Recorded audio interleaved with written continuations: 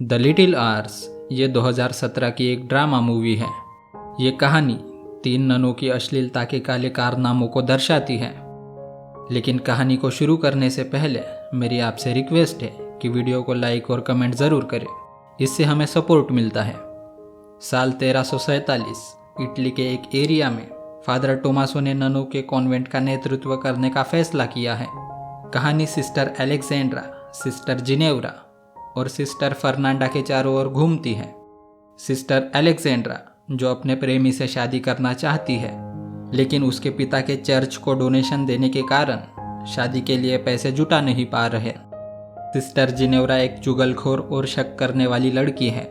Sister Fernanda जो रोज रात में चर्च से गधी भागने के बहाने से रोज जंगल से होकर गधी को पकड़ कर लाती है। ये जिनेवरा को कुछ भा नहीं रहा। उसने मदर मारिया से सिस्टर फर्नांडा की शिकायत की है और साथ ही में अब से गधों की देखभाल वो खुद करना चाहती है। इस पूरे चर्च में बस 2 ही मर्द है, एक फादर टोमासो जो इस चर्च के मुखिया है, दूसरा है वहाँ का माली लुर्को। ये तीनों सिस्टर्स लुर्को को परेशान करने का मौका गवाती नहीं है। सिस्टर एलेक्जेंड्रा जो सिलाई के काम में माहिर है, इसी से अपने शादी के लिए पैसे जमा करने के लिए संघर्ष कर रही है। वो इस चर्च के जीवन से बोर हो चुकी है। वो इस चर्च के बाहर जाकर अपनी जिंदगी जीना चाहती है। चर्च की लड़कियां जिस जिस काम में माहिर है, उनका सामान बेचने में फादर टोमासो उनकी मदद करते हैं। इसके बदले थोड़े से कमीशन में इस चर्च को चलाते हैं। आज भी वो उनके सामान बेचने जाने वाले हैं। इन तीनों ननों ने लुर्को को इतना ज़्यादा परेशान किया है कि वो भी अब ये चर्च छोड़कर चला गया है। फादर टोमासो का ये एक काम और बढ़ गया है। वैसे भी इस चर्च में इन तीनों के रहते कोई मर्द टिक नहीं पाया है। वही इटली के लुनिगियाना में राजा ब्रूनो का राज चलता है। प्रजा अपने राजा से बहुत खुश है, लेकिन राजा की पत्नी यानी रानी फ्रांसिस्का को वहाँ का एक नौकर मसेटो पसंद आया है। जो प्यार राजा से मिलना चाहिए वो उसे मसेटो से मिल रहा है। शायद यही कारण है कि एक रानी एक सेवक के प्यार में पड़ गई है, इसलिए वो अलग कमरे में सोया करती है। राजा को भी ये शक है कि महल में रानी का संबंध कहीं चल रहा है। एक दिन जब मसेटो और रानी इंटीमेट हो रहे थे, राजा ब्रूनो रानी से मिलने जा रहा है। इससे पहले कि राजा ब्रूनो उसे देख ले, वो यहाँ से अपनी जान बचाकर भाग गया है। राजा ने उसे भागते हुए देख लिया, लेकिन रात में वो कौन था यह पहचान पाना मुश्किल है। मगर नौकरों की धड़कनों को छूकर पता लगाया जा सकता है कि कौन इतनी तेज भागकर आया है। राजा ब्रूनो ऐसा ही करता है। वो सबकी धड़कनें बारी बारी से चेक करता है। मसेटो की धड़कन बहुत तेज है, मगर अभी अंधेरा भी बहुत है, जिससे राजा पहचान नहीं पा रहा कि ये कौन है। राजा ने मसेटो के थोड़े बाल काटे हैं। जब कल सवेरा होगा तो इससे पहचानना आसान रहेगा। लेकिन मसेटो भी होशियार है। राजा ब्रूनो के जाने के बाद उसने सारे नौकरों के थोड़े थोड़े बाल काट दिए हैं। अगली सुबह राजा ब्रूनो ये कारनामा देखकर हैरान है कि आखिर कल रात उसने किसके बाल काटे थे।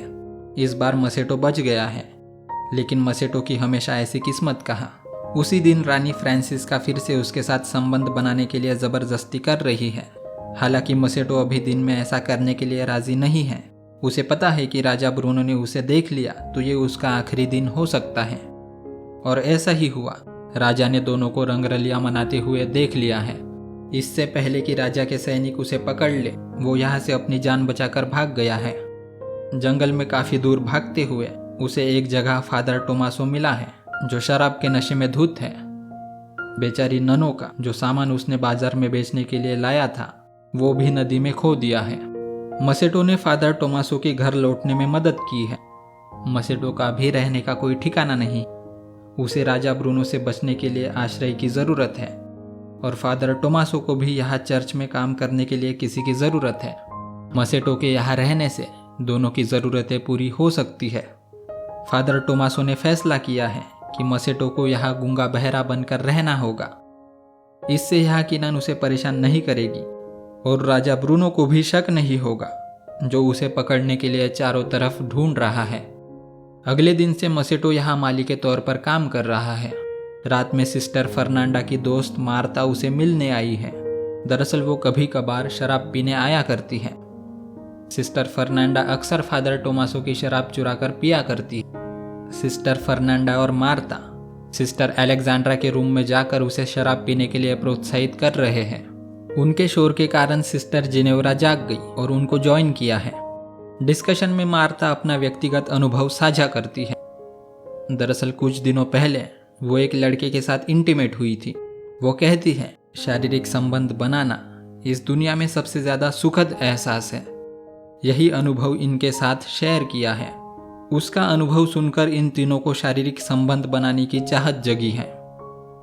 सिस्टर जिनेवरा और सिस्टर फर्नांडा रात में ही इंटीमेट होने लगते हैं।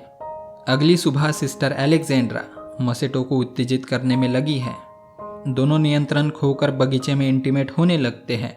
तभी चर्च की घंटी बजती है। अच्छा हुआ किसी ने इनको देखा नहीं। दोनों अपने आप को काबू करते यहाँ से निकल गए हैं। सिस्टर फर्नांडा भी किसी के साथ शारीरिक संबंध बनाकर चरम आनंद को प्राप्त करना चाहती है। मार्ता उसके लिए बेलाडोना नामक पौधे की दवा बना रही है।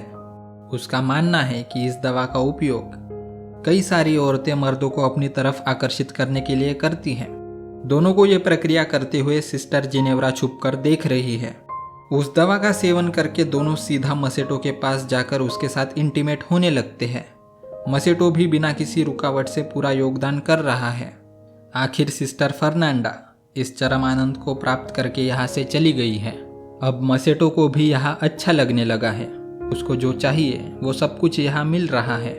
रोज रात फादर टोमासो के साथ शराब पीना, दिन में सिस्टर्स के साथ इंटीमेट होना, उसकी जिंदगी में सब कुछ एकदम बढ़िया चल रहा है। कहानी थोड़ी आगे बढ़ती है। एक दिन फादर बिशप इस कॉन्वेंट का दौरा करने के लिए आए हैं। फादर बिशप अलग अलग कॉन्वेंट में जाकर इंस्पेक्शन करते हैं और साथ ही वहाँ धार्मिक शिक्षा और मार्गदर्शन प्रदान करते हैं। सिस्टर अलेक्जेंड्रा चरम सुख को पाने के लिए इतनी ज़्यादा बेताब है कि आज वो मसेटो को अपने कमरे में ले आई है। दोनों एक दूसरे में लुप्त हो ही गए थे कि तभी वहाँ एक बुजुर्ग मदर आई है। दरअसल ये मदर सिस्टर अलेक्जेंड्रा को कपड़े बुनना सिखाया करती है। अच्छा हुआ कि इस मदर ने उन दोनों को इस हालत में देखा नहीं, लेकिन मदर को अचानक देखकर मसेटो ने चुप्पी तोड़ दी है, जिससे सिस्टर अलेक्जेंड्रा को पता चल गया कि वो गूंगा बहरा नहीं है। दोनों की किस्मत अच्छी थी कि मदर ने उनको देखा नहीं और मसेटो यहाँ से भागने में कामयाब हुआ। बाद में सिस्टर अलेक्जेंड्रा उसे पूछने आई है कि आखिर उसने इतने दिनों से गूंगा बहरा बनने का नाटक क्यों किया। इतने में किसी के आने की आहट सुनाई दी है। डर के मारे सिस्टर अलेक्जेंड्रा एक कोने में छुप गई है। दरअसल सिस्टर जिनेवरा बेलाडोना के पौधे की दवा लगाकर मसेटो के साथ शारीरिक संबंध बनाने आई है, लेकिन इससे पहले कि वो संबंध बना पाते फिर से किसी के आने की आवाज़ आई है, जिससे सिस्टर जिनेवरा भी छुप गई है जहां सिस्टर अलेक्जेंड्रा है। इस बार सिस्टर फर्नांडा मसेटो से मिलने आई है। उसे जबरदस्ती चाकू दिखाकर जंगल में ले गई है। सिस्टर अलेक्जेंड्रा और सिस्टर जिनेवरा ने ठान लिया है कि वो सिस्टर फर्नांडा का पीछा करेगी। उन्होंने देखा जंगल के बीचों बीच कुछ लड़कियों का एक ग्रुप निर्वस्त्र होकर नाच रहा है। पास ही में सिस्टर फर्नांडा और उसकी दोस्त मार्ता मसेटो पर तंत्र मंत्र का प्रयोग कर रही है। वास्तव में सिस्टर फर्नांडा और ये सारी लड़कियां डायन हैं। आज वो कुछ ऐसा जादू करने वाली है जिससे यहाँ की सारी डायनों को मसेटो के द्वारा शारीरिक सुख मिल सके। सिस्टर जिनेवरा को लगा कि ये लोग मसेटो के साथ चरम सुख प्राप्त करने वाले हैं और इसका आनंद लेने वो भी वहां पहुंचकर निर्वस्त्र नाचने लगी हैं। लेकिन जल्द ही उसे पता चलता है कि ये सारे लोग डायन हैं और वो यहाँ से चर्च की तरफ भाग गई है। सिस्टर जिनेवरा के आने से सिस्टर फर्नांडा का सारा प्लान बर्बाद हो गया है। मसेटो ने खुद को छुड़ाने की कोशिश में खुलासा किया कि वो गूंगा बहरा नहीं है। सिस्टर अलेक्जेंड्रा उसे छुड़ाकर वापस चर्च ले गई है। सिस्टर जिनेवरा ने चिल्ला चिल्ला कर सबको बता दिया कि सिस्टर फर्नांडा एक डायन है। उसका शोर सुनकर फादर बिशप भी जाग गए हैं। सिस्टर अलेक्जेंड्रा, फर्नांडा और मसेटो भी वहां पहुंच गए हैं। आखिर यहाँ चल क्या रहा है, इसकी जांच करने फादर बिशप ने मदर मारिया को जगाया है। सबको देखकर हैरानी हुई कि मदर मारिया के रूम से फादर टोमासो भी निकले हैं। असल में ये दोनों एक दूसरे से प्यार करते हैं। ये सीक्रेट अब सबके सामने आ चुका है। इन सब के अपराधों के लिए फादर बिशप ने हर एक को सजा दी है। तीनों ननों ने अपना अपराध कबूल किया है। फादर टोमासो को एक सन्यासी बनने की सजा मिली है। वही मसेटो को उसके राजा ब्रूनो के पास सौंप दिया गया है। राजा ब्रूनो ने उसकी पुरानी पत्नी को छोड़ दिया है। अब उसने दूसरी शादी कर ली है। वो मसेटो को तब तक नहीं मारेगा जब तक कि उसका मन न करे, लेकिन मसेटो के ऊपर नए नए टॉर्चर अपनाने वाला है। बेचारा मसेटो बुरी तरह फंस गया है। उधर सिस्टर एलेक्जेंड्रा, फर्नांडा और जिनेव्रा मसेटो को लेकर चिंतित है। शायद तीनों को उससे प्यार हो गया है। उन्होंने मसेटो को छुड़ाने का फैसला किया है। सैनिकों का ध्यान भटकाने के लिए उन्होंने एक कछुआ छोड़ा है जिसके ऊपर मोमबत्ती लगाई है। इस दौरान वो मसेटो को छुड़ाने में सफल हुए हैं और मसेटो को नन के कपड़े पहनाकर ले गए हैं, और साथ ही में वहाँ मसेटो के जगह पर एक पुतला रखा है ताकि किसी को शक ना हो। चारों ने यहाँ से भागकर अपनी जिंदगी की नई शुरुआत की है। मदर मारिया और फादर टोमासो भी छुपकर मिला करते थे। अब दोनों को एक दूसरे के बगैर नहीं रहना। दोनों का अपने अपने काम में मन नहीं लगता। दोनों एक दूसरे से बहुत प्यार करते हैं और अब से जिंदगी साथ में बिताना चाहते हैं। दोनों ने एक दूसरे को किस किया और कहानी खत्म हो गई। कहानी के अंत में सभी आज़ाद हो गए हैं। Sister Alexandra, sister Fernanda, sister Ginevra और मसेटो कॉन्वेंट से भाग गए हैं। मदर मारिया और फादर टोमासो भी यहाँ से कहीं दूर चले गए हैं। इसी के साथ ये कहानी खत्म होती है।